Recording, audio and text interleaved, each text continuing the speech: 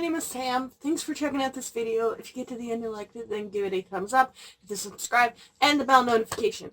This is going to be a very oddly short weekly wrap-up video. I had a crazy busy week with work. I'm still working on my own Heart's Blood, but it's like a 800-page beast. Watson wants you to know he's here snoring. What are you doing? And I'm still working on a murder funding. I just didn't have a chance this week to sit down and pick it up. So hopefully I can finish those this weekend, if not by the end of next week. So I did, however, manage to pick up 2 books this week. One was just a nice, fun, quick reread that I've reviewed before on here, but it was just a nice relax, and it's not A Curious Beginning. And I also read a book that I have been insanely anticipating, and it came in on its release date. Yay. And the audiobook from the library, which had like 8 people in line behind me, also came in on the release date, like a few hours after. I think the person in front of me, because someone was in front of me in line, I was number 2 in line, someone must have like been like, oh, I don't think I'm gonna have a chance to read it and return it, or read it like insanely fast. But I managed to read 2 books this week, and yeah. So the book that I did a quick fun reread of was Parsnips Buttered. After I did it, I also realized I didn't have a nonfiction set for this month, so this actually fits in with my trying to read one nonfiction a month. Joe Lycett is one of my all-time favorite comedians. He is... How does one describe Joe Lycett? It's if you're just looking for a fun, like, quick, like, comedic book, he is someone who likes to pull pranks a lot of times with social media and customer services. So he'll send, like, he's got multiple online, like, profiles and whatever to mess with people, and he's quite notorious. I've seen him on a bunch of stand-up shows and everything like that. So this is sort of just a continuation of his sort of gags. In like 200 pages or so, he goes over a couple funny situations, and then just some general life lessons and ideas for you if you are someone who's easily annoyed by other people. These are good inspirations for you. So I would really highly recommend this if you're ever just like in a kind of a reading slump and you're like, I don't know what to read, nothing's holding my interest. I laugh out loud every single time I read this, even though I know what's coming. Like, it's the same stories over and over again. But I read it every few months, and it just makes me happy. And yeah, I would really highly recommend that. I wish they had a better cover, because it's like, I don't know what this is. But yeah, or just follow Joe Lycett on like YouTube. Just go look up a bunch of his stuff. He's very, very funny, and I love it. Oh my god, I just realized I actually read 3 books. I forgot about last weekend. So last weekend, I actually read The Wedding Date by Jesmyn Gilroy, or Guillory? Gilroy? Guillory? I think it's Guillory. So this is the first book in, I think it's going to be a 4-book series. The 4th one is coming out in early October or early November, I can't remember. But it follows our main character, who is a Black successful woman in the city of San Francisco area, I think. And she is in a hotel visiting her sister. She gets stuck in an elevator for a few minutes with a dashing young gentleman who just happens to be a doctor for children, which is, you know, money and kind of hot. He ends up asking her to go be his wedding date because he's been dragged into being the best man for his ex-girlfriend and his old best friend for their wedding. So he's in town for that. And then they realize that there's a big, heavy attraction to each other. And it goes from there. There's a lot of, like, the same kind of issues and problems and hiccups in relationships that you have in most romance books, I think, in a contemporary setting. I really liked the main character. I don't have the book with me, so I can't even double check. The main character, the female main character, I think she's incredibly smart and very, like, strong and, like, driven and so freaking passionate. The guy, he was okay at times, but I thought he was written to be very, like, possessive and heavy, jealous, even though, like, you're not in a relationship with her. You won't say the word girlfriend.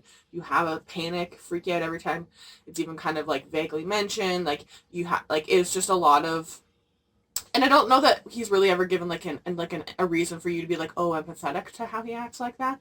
So him, I could have, like, got, like, you know, left or gone with. Like, it didn't really make... One thing that I wish my brain wouldn't do this, okay? I'm that person when watching a movie or reading a book. Like in this book, every time they're there together, they always order in tons of food. And every time I'm like, how are you all not 400 pounds? And how do you afford this much? Like, they eat pizza and tacos and donuts and everything is ordered out. And I'm like, my brain starts calculating the cost of that. I wish it didn't, and I wish I could just enjoy those things, but I can't, apparently. So, yeah. But in the end, I actually did enjoy this a fair bit amount. I am going to read the sequel, The Proposal, and hopefully I will like it.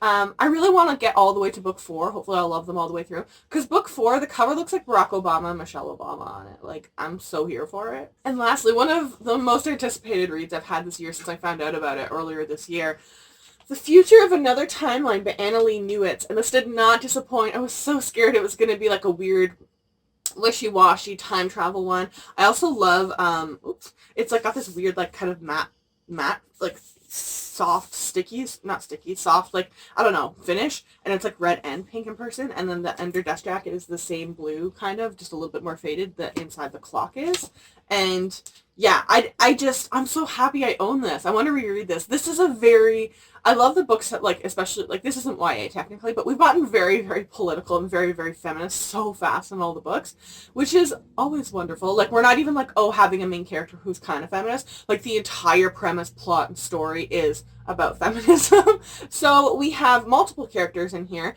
but the general gist is a group of characters are time travelers. So in this world, you can only travel back in time. We're not able to travel forward.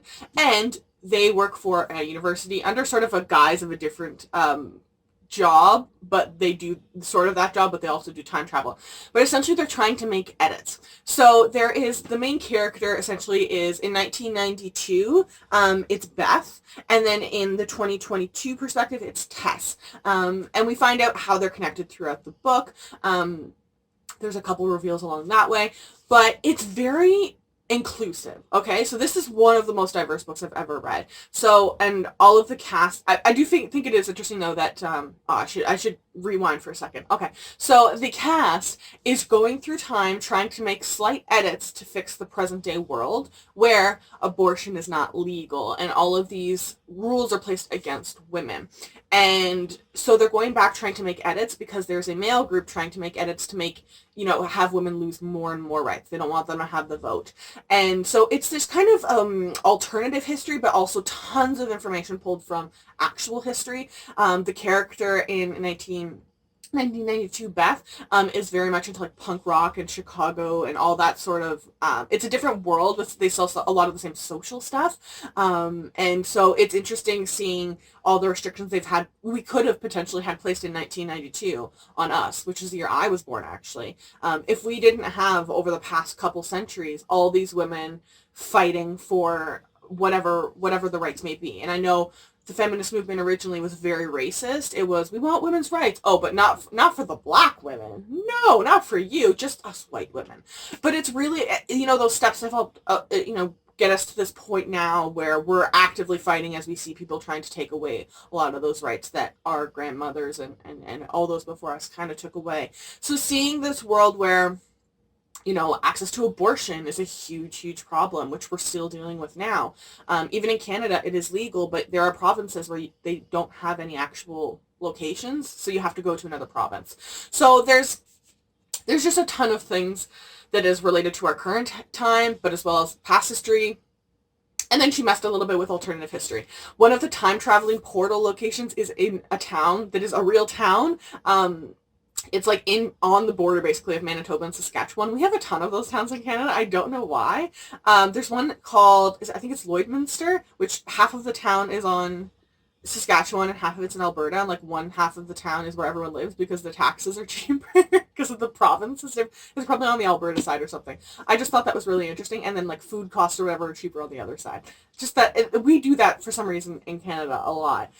So she travels back and forth between that portal. It explains actually quite a bit. There is structure to the time traveling and the limitations of it, but they also explain that they don't know everything, and they can't travel forward, right, to figure all that out. So there's not much of a hole in any of the information. The stuff that they don't know or the things that start going wonky, they start investigating right away. So it's not like, oh, it's never explained because the author didn't know what to do with it. It's never explained, and they want to figure out why this is happening. So we travel to quite a few different times, not just 1992 and 2022, but the whole premise is to get us to to have rights.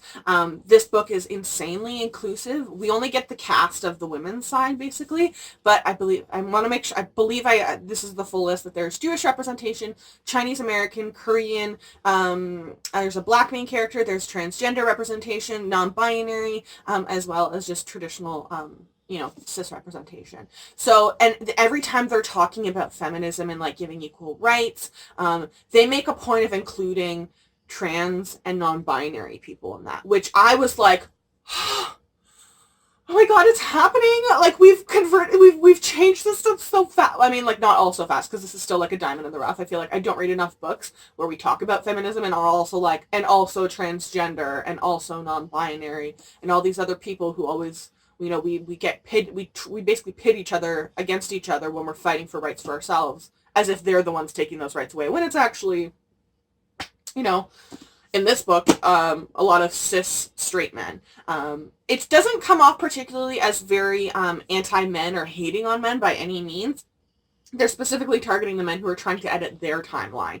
And they interact in different timelines with tons of different men who are supportive of them, who are also of a more diverse background. So I thought it was quite interesting that we have this wonderfully diverse cast of all different walks of life who are like, we want to be good for everything else. And then there's people who are like just stuck in the dinosaur age, who unfortunately a lot of them reminded me of current politicians. So yeah, this is just a fun read. And I think this is the first time I've ever read a book where it's set in Canada. Like, not completely, but it's set in Canada, and I liked it. I really, really liked it. I'm so happy I own this. Highly, highly recommend if you're a fan of time travel. There's not tons of scientific time travel necessarily. It's more focusing on the science of editing and how you purposely edit stuff and how much you have to edit in order to get your goal. It's one thing to be like, don't change anything, we know it'll break something, but the opposite of having a goal and having to be like, what do we edit to make this happen? It's so cool. It is so good.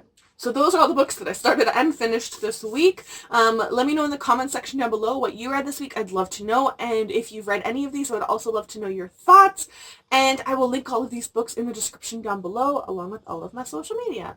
If you follow me, I'll follow you back.